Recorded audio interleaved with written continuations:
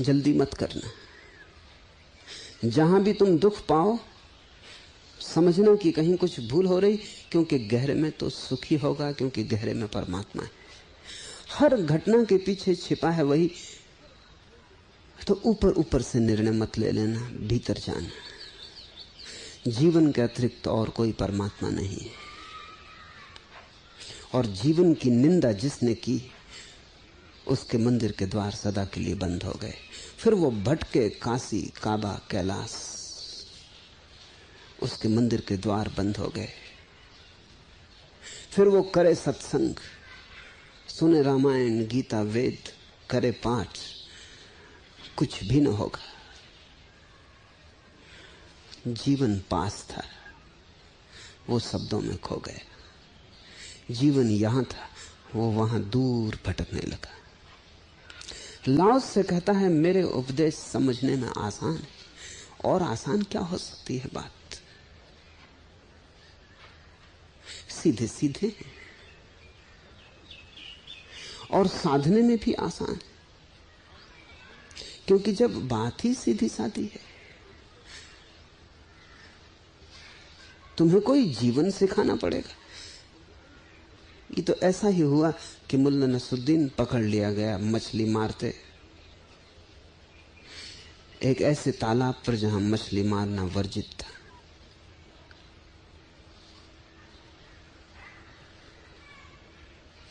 जब पुलिस ने उसे पकड़ लिया और पूछा कि तुम ये क्या कर रहे हो, तख्ती दिखाई नहीं पड़ती कि यहां मछली मारना वर्जित है। ये सम्राट का अपना तालाब है, इस पर कोई मछली नहीं मार सकता। नसरुद्दीन ने कहा मछली मार कौन रहा है? लेकिन उसकी बंसी में फंसी एक मछली तड़फ रही थी। तो उन्होंने कहा फिर ये क्या हो रहा है? उसने कहा कि मछली को तैरना सिखा रहा हूं। तुम्हें जीवन सिखाना ऐसा ही है जैसे मछली को कोई तैरना सिखाए। सिखाना क्या है? जीवन तो है ही। तुम क्या सीखने के लिए भटके फिर रहे हो? और तुम सीखने के लिए भटकते हो तो कोई ना कोई चालबाज मिल जाता है जो सिखाने लगता है। तुम मानते ही नहीं, तुम कहते हो सीखेंगे। मछली तैरने की सीखने की आकांक्षा करती, कोई ना कोई नसरुद्दीन मिल जाएगा जो तैरना सिखा दे। जीवित तुम हो, सब तुम्हारे पास है। और लाओस का कोई और उपदेश तो नहीं है, जीवन ही उपदेश है। इसलिए वो कहता है कि मेरे उपदेश समझने में आसान और मेरे उपदेश साधने में आसान है। साधना क्या है? लेकिन तब दूसरे दो वचन तुम्हें बड़े हैरानी के लगेंगे और बड़े सच। लेकिन न कोई उन्हें समझ सकता है और न कोई उन्हें साध सकता है।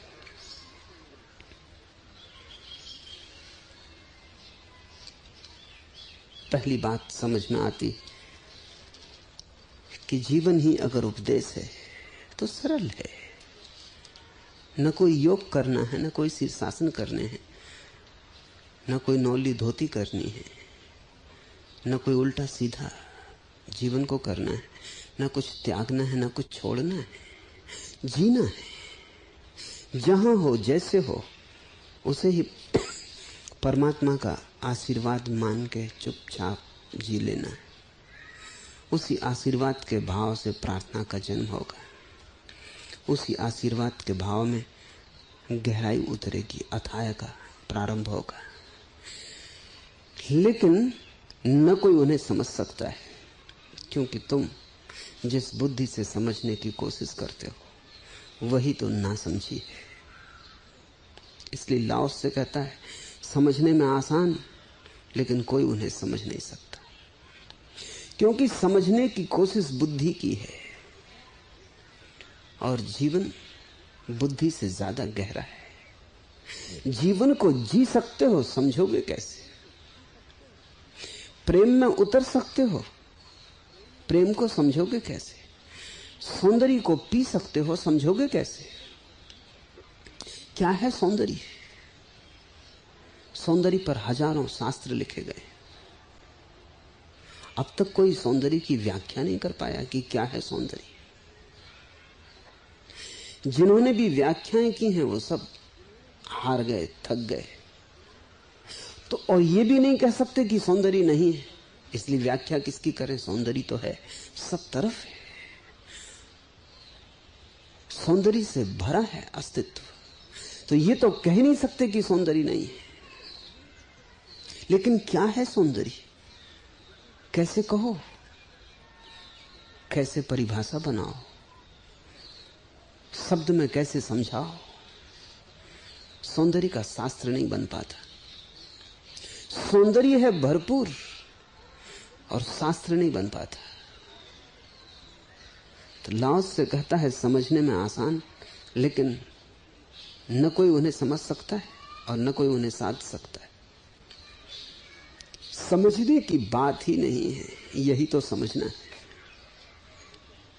बात जीने की है। कबीर ने कहा है लिखा लिखी की है नहीं, देखा देखी बात।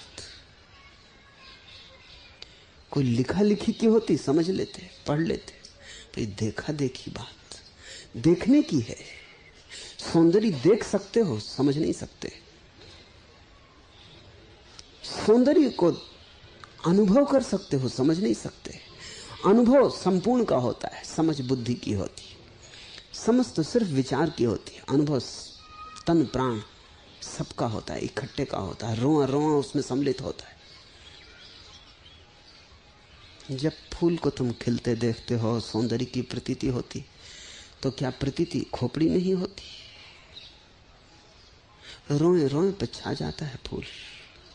उसके खिलने में तुम भी कहीं भीतर खिल जाते हो। उसके साथ एक रास बन जाता है, एक रंग बन जाता है। आंख कान सब तरफ से प्रवेश कर जाता है। बुद्धि को भी उसका अंश मिलता है, पर अंश ही मिलता है, समग्र शरीर पर व्याप्त हो जाता है, समग्र आत्मा पर फैल जाता है। समझ तो केवल बुद्धि की है, शब्दों की है, अनुभव जीवन का है। इसलिए लाओस से कहता है समझने में आसान, लेकिन कोई समझ ना पाएगा, और साधने में आसान, लेकिन कोई साध ना सकेगा। जीवन को कोई साध सकता है? जो मिला ही हुआ है उसे साधोगे कैसे? साधना तो उसे पड़ता है जिसे हम लेके नहीं आते। सीखना तो उसे पड़ता है जो हमारा स्वभाव नहीं है।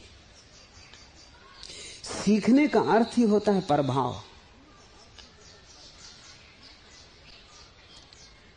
एक बच्चा पैदा होता है, उसे हम जो जो बातें सिखाते हैं वो उसके स्वभाव में नहीं है। अगर हम ना सिखाते तो वो कभी अपने आप पैदा ना होती,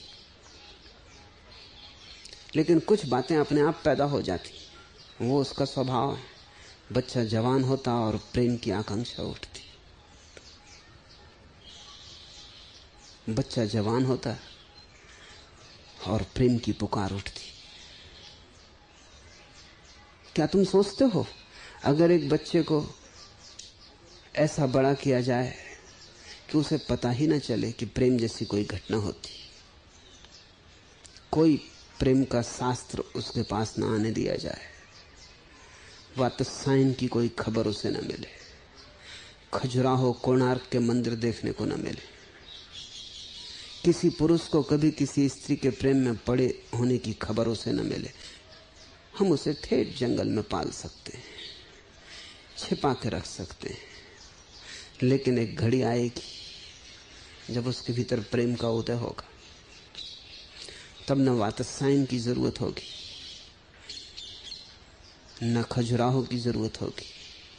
उसने शायद अपने जीवन में कोई स्त्री ना भी देखी हो तो भी उसके सपनों में स्त्री की छाया पड़ने लगेगी। उसे रूप भी स्त्री का पता ना हो, पर रूप की प्यास उठने लगेगी। उसे कुछ भी कभी ना समझाया गया हो कि क्या है प्रेम, क्या है काम, इससे कोई फर्क नहीं पड़ता। वो स्वभाव है, वो जागेगा। पशुओं को, पक्षियों को, पौधों को कौन सिखा रहा है? कहां है विश्वविद्यालय जहां पशु पक्षियों और पौधों को प्रेम सिखाया जा रहा है? स्वभाव से उठती है बात। और जीवन तुम्हारा स्वभाव है। साधना क्या है? साधना उन चीजों को पढ़ता है जो स्वभाव नहीं। हाँ, इस बच्चे को भाषा नहीं आएगी, अगर न सिखाई गई तो ये गणित नहीं सीख लेगा, ये तर्कशास्त्र नहीं सीख पाएगा अगर न सिखाया गया। ये बच्चा सभ्य नहीं हो सकेगा अगर न सिखाया गया। इसे सभ्यता का कोई पता ना होगा। ऐसा बहुत बार हुआ है कि कुछ बच्चों को भेड़ियों ने पाल लिया है, छोटे बच्चों को उठा ले गए। ऐसी 3 घटनाएं इस सदी में ही घटी। अभी कुछ वर्ष पहले एक बच्चे को लखनऊ के पास पकड़ा गया जो भेड़ियों ने पाला था। वो भेड़ियों जैसा चलता था, आदमियों जैसा चलता भी नहीं था, 2 पैर पे भी खड़ा नहीं होता था।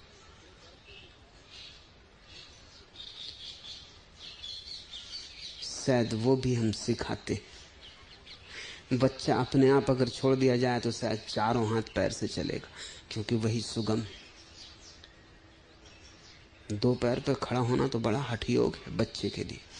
धीरे धीरे अभ्यास होने से खड़ा हो जाता। कोई भाषा नहीं बोलता था, क्योंकि भाषा कैसे सीखता। लेकिन एक बात अनुभव की गई उस बच्चे में कि अगर वो अशांत होता और कोई प्रेमपूर्ण स्त्री उसके ऊपर हाथ फेर देती तो वो शांत हो जाता।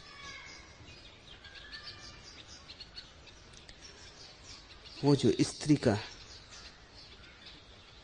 स्पर्श वो उसे शांत करता, उसे मां का स्पर्श बन जाता होगा। उसे कभी मां का स्पर्श याद भी नहीं। प्रेम की आकांक्षा उसमें भी थी, लेकिन और उसके पास कुछ भी न था। वो बिल्कुल जंगली जानवर था, मांस कच्चा खाता था। 6 महीने लग गए उसे भोजन खिलाने में, सिखाने में। 6 महीने लग गए उसको किसी तरह खड़ा करने में। 6 महीने में वो मर भी गया। और मेरा अपना ख्याल है कि उसको सिखाने की ये जो चेष्टा की गई, इसमें वो मर गया। अन्यथा वो बड़ा स्वस्थ था जब आया था, क्योंकि उसके ऊपर ये भारी हो गया। 12 साल का बच्चा था, उसको ये सिखाना बहुत भारी हो गया। ये इतना ज्यादा तकलीफ दे हो गया कि वो मर गया। जैसे जैसे सिखाया वैसे दुर्बल होता गया। जीवन को सिखाने की जरूरत ही नहीं है। जीवन कोई सभ्यता थोड़ी है, जीवन कोई शिक्षण थोड़ी है। जीवन तो तुम हो। तो जीवन को जानने के लिए तो तुमने जो सीख लिया है उसको थोड़ा अनसीखा करना ही हितकर होता है, ताकि तुम थोड़े मुक्त हो सको बंधनों से, ताकि तुम थोड़े अपने चारों तरफ की दीवार को तोड़ के बाहर आ सको। तो लाओस से अगर कुछ भी कह रहा है तो वो ये कह रहा है कि तुमने जितना सीख लिया है वो जरूरत से ज्यादा है। काम चलाओ को बचा लो, बाकी को छोड़ दो। या जो तुम बचाओ उसको भी बाहर बाहर रखो, भीतर मत ले जाओ। उसे तुम्हारे प्राणों को आक्रांत मत करने दो। जीवन को सिखाना नहीं है, जीवन तुम हो। इसलिए लाओस से कहता है न कोई उसे साध सकता है। समझने में आसान और कोई समझ नहीं सकता। और जब तक तुम समझने की कोशिश करोगे तुम वंचित रहोगे समझने से। साधने में आसान और कोई साध नहीं सकता। जीवन को साधने की कोशिश मत करना। जीवन को तुम्हारे साधने की कोई जरूरत नहीं। जीवन लंगड़ा नहीं है कि उसे शिक्षा की वैसाखियां चाहिए। जीवन के पास अपने पंख हैं, अपने पैर हैं। तुम सिर्फ जीवन को खुला मुक्त छोड़ देना और तुम पाओगे कि जीवन चलने लगा अपने आप। जीवन के पास परमात्मा की ऊर्जा है, ये पूरा अस्तित्व उसे साथ दे रहा है। जीवन पंगु नहीं है और न जीवन कमजोर है। जीवन के पास बड़ी ऊर्जा है। तुम सिर्फ एक मौका देना कि तुम बाधा मत डालना और जीवन चलने लगेगा, दौड़ने लगेगा और जीवन उड़ने भी लगेगा। कोई आकाश इतना बड़ा नहीं जहां जीवन उड़ ना सके। बड़े से बड़े आकाश को छोटा सा आंगन बना लेगा। लेकिन साधने की कोशिश तुमने की कि चूक जाओगे, समझने की कोशिश की कि नासमझी पैदा होगी। इसलिए तो पंडितों से ज्यादा अज्ञानी और नासमझ खोजना मुश्किल है। साधने की कोशिश की कि तुम भटक जाओगे, क्योंकि तुम जो भी करोगे वो तुम करोगे, तुम्हारी बुद्धि करेगी जो कि बहुत छोटी है, और उस पर करेगी जो बहुत बड़ा है। अंश अंशी को साधने लगे, खंड अखंड को साधने लगे तो मुश्किल में पड़ जाएगा। एक ही साधना है कि तुम खंड का आग्रह छोड़ दो, तुम खंड को अखंड में डुबा दो, तुम बूंद को सागर में गिरा दो, फिर सागर ही संभाल लेगा। तुम ये मत पूछो कि फिर बूंद का क्या होगा, फिर बूंद कहां जाएगी, भटक तो ना जाएगी। तुम बूंद को बचाओ मत, और सागर को सिखाने की कोशिश मत करो, और सागर को बांधने की चेष्टा मत करो, सागर को साधने की चेष्टा मत करो। अगर लाओत्से को ठीक से समझो तो कोई साधना नहीं है। इसलिए लाओत्से ने किसी योग की विधियों की कोई बात नहीं की, न कोई पद्धतियां, न कोई मार्ग। साधना ही नहीं है। लाओत्से ये कह रहा है कि तुम्हें मिला है उसे भोगो, तुम्हें मिला है उसे जियो। तुम जीने में कृपणता कर रहे हो, तुम जीने तक में कंजूस हो, तुम सांस तक डरे डरे लेते हो। कोई आदमी पूरी सांस नहीं लेता। फेफड़ों में वैज्ञानिक कहते हैं 6000 छिद्र हैं, और स्वस्थ से स्वस्थ आदमी भी जो सांस लेता है वो केवल 2000 छिद्रों तक जाती। 4000 छिद्र तो बिना उपयोग के पड़े रहते। तुम सांस तक पूरी नहीं ले रहे, कैसे घबराए हुए? और सांस लेने में क्या तुम्हारा खो रहा है? लेकिन सांस के साथ आता है जीवन, सांस के साथ आती है ऊर्जा, और ऊर्जा का भय है। छोटे बच्चे पूरी सांस लेते। कभी छोटे बच्चे को लेटा हुआ देखो, जब वो सो रहा हो तो उसकी छाती नहीं उठती, उसका पेट ऊपर उठता है। वो सांस का पूरा ढंग है, क्योंकि तब श्वास पेट तक जा रही, नाभि तक जा रही, गहरे से गहरे छिद्रों तक फेफड़े में श्वास जा रही। इसलिए छोटे बच्चे के जीवन में जो तरलता होती वो तुम्हारे जीवन में खो जाती, उसके जीवन में जो कोमलता होती वो तुम्हारे जीवन में खो जाती, छोटे बच्चे में जो ताजगी होती वो तुम्हारे जीवन में खो जाती। फिर छोटा बच्चा क्यों ऐसी गहरी सांस लेना बंद कर देता है? तुम जरा बच्चों को ध्यान करो। अगर तुमने बच्चे को कभी डांटा, तत्क्षण तुम पाओगे उसकी श्वास धीमी हो जाती और गहरी नहीं जाती, वो घबरा गया। क्योंकि जब भी तुम डांटते हो तभी तुम ये कह रहे हो कि तुम गलत हो, और जीवन में जब भी कोई गलत चीज मालूम पड़ती तो जीवन सिकुड़ता है। तुमने कहा ऐसा मत करना, तो तुमने एक द्वार बंद कर दिया जीवन का। तुमने कहा बाहर मत जाना, तुमने दूसरा द्वार बंद कर दिया। तुमने कहा अंधेरे में निकलना मत, तुमने तीसरा द्वार बंद कर दिया। तुमने कहा इतना शोरगुल मत करो, तुम द्वार बंद करते जा रहे हो। बच्चा सांस कैसे ले? क्योंकि सांस तो ऊर्जा पैदा करेगा। ऊर्जा पैदा होगी तो बच्चा दौड़ेगा, अंधेरे को भी जानना चाहेगा, समुद्र में भी उतरना चाहेगा, वृक्ष पे भी चढ़ना चाहेगा। इसलिए अब एक ही उपाय है कि बच्चा ऊर्जा पैदा ना होने दे, कमजोर हो जाए, खुद ही पेड़ पे चढ़ने में डरने लगे, तो तुम्हें डराने की जरूरत ना रहे। तुम्हारे नियमों के कारण बच्चा अपने को कमजोर कर लेता है। अगर तुम्हारे नियम ना हो तो हर बच्चा वृक्षों पे चढ़ेगा, हर बच्चा नदियों में तैरेगा, हर बच्चा पहाड़ की यात्रा पर जाएगा और जीवन के सभी अभियान करेगा।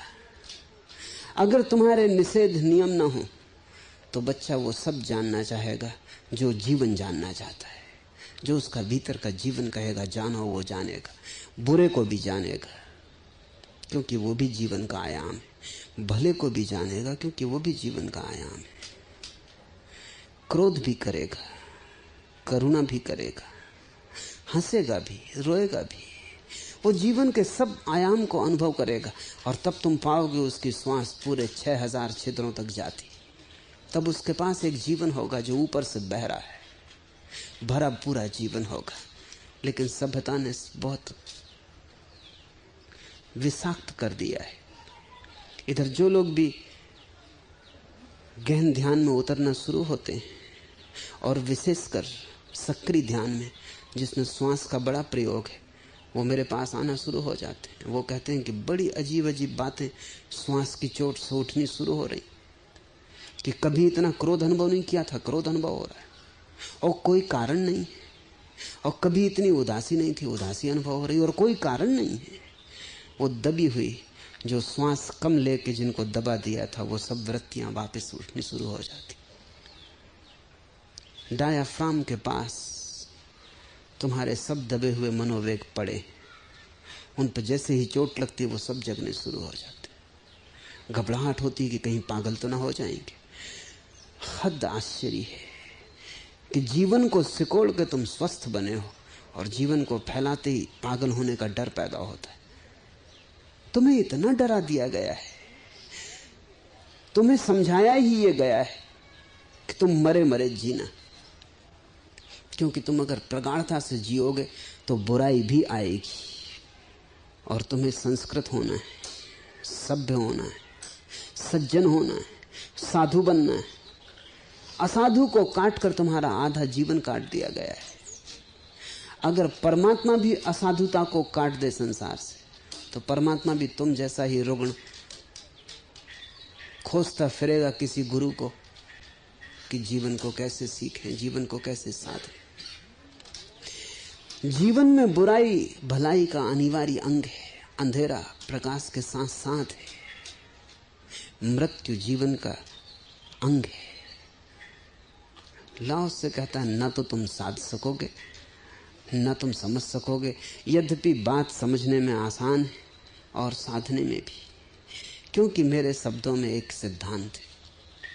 वो क्या है सिद्धांत लाओस से का? उसका मूल आधार क्या है? उसका मूल आधार है, जीवन को तुम बेशर्त स्वीकार करो। बेशर्त शब्द स्मरण रखो। जीवन पर कोई शर्त मत लगाओ, क्योंकि तुम्हारी सब शर्तें जीवन को काटेंगी। जीवन को निषेध मत दो, जीवन को विधेय बनाओ। द्वार बंद मत करो, सब बंद द्वार खोल दो। जीवन अपने आप में परिपूर्ण है, तुम्हें कुछ और करने की जरूरत नहीं है। तुम उसमें सुधार करना बंद करो। सुधार करने से ही तुमने उसमें बिगाड़ कर दिया है। सुधार के ही तुमने जहर डाल दिया है। लाओसे का मूल सिद्धांत है, जीवन को बेशर्त स्वीकार करो। डरो मत, कुछ भी खोने को नहीं है। डरोगे तो भी मरोगे, तो भी सब खो जाएगा जो तुम्हारे पास है। जी लो अभय से, परिपूर्ण अभय से। लेकिन तुम्हारे भीतर जब मैं ये कह रहा हूं, तब भी मैं जानता हूं बेचैनी आ गई होगी। अभय से जी लो, फिर पाप का क्या होगा? अभय से जी लो, फिर बुराई का क्या होगा? अभय से जी लो, फिर नियम, शास्त्र, समाज, सभ्यता, संस्कृति, इसका क्या होगा?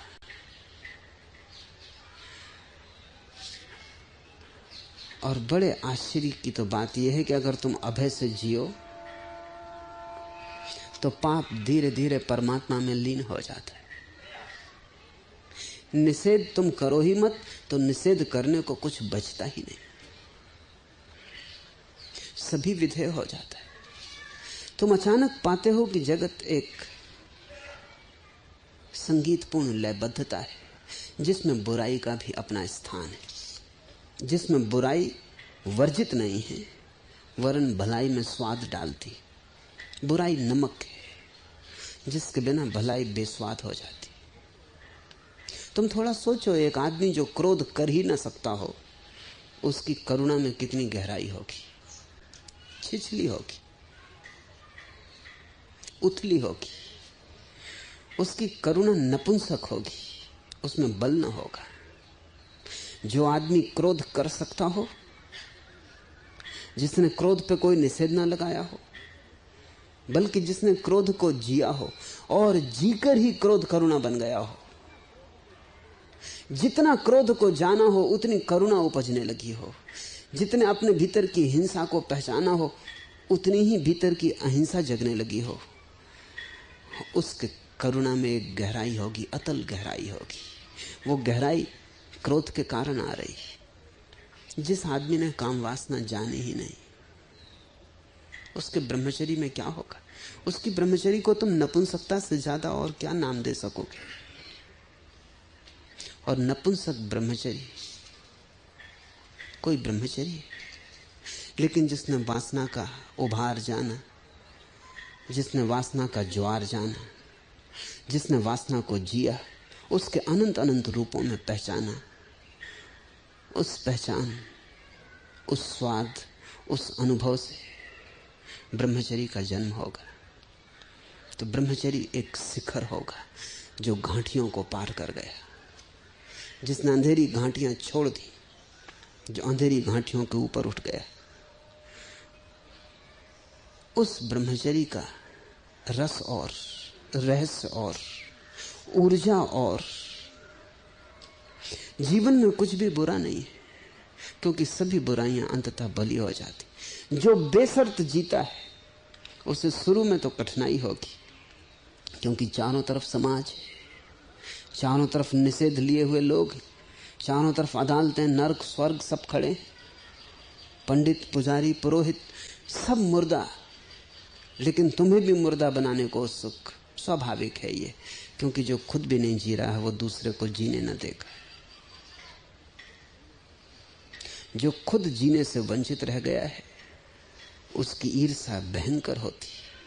तुम्हारे साधु सन्यासी तुम्हें जीने न देंगे, क्योंकि वे मर रहे हैं, उन्होंने अपने को काट डाला है, उन्होंने अपनी जड़ें तोड़ ली। वे चाहेंगे कि तुम भी अपनी जड़ें तोड़ लो। उनकी ईर्ष्या भयंकर, और उनकी ईर्ष्या धर्म के आवरण में छिपी, इसलिए तुम पहचान भी ना सकोगे। उनकी ईर्ष्या निंदा बन गई है, उनकी ईर्ष्या ने तुम्हारे लिए नरकों का इंतजाम किया है।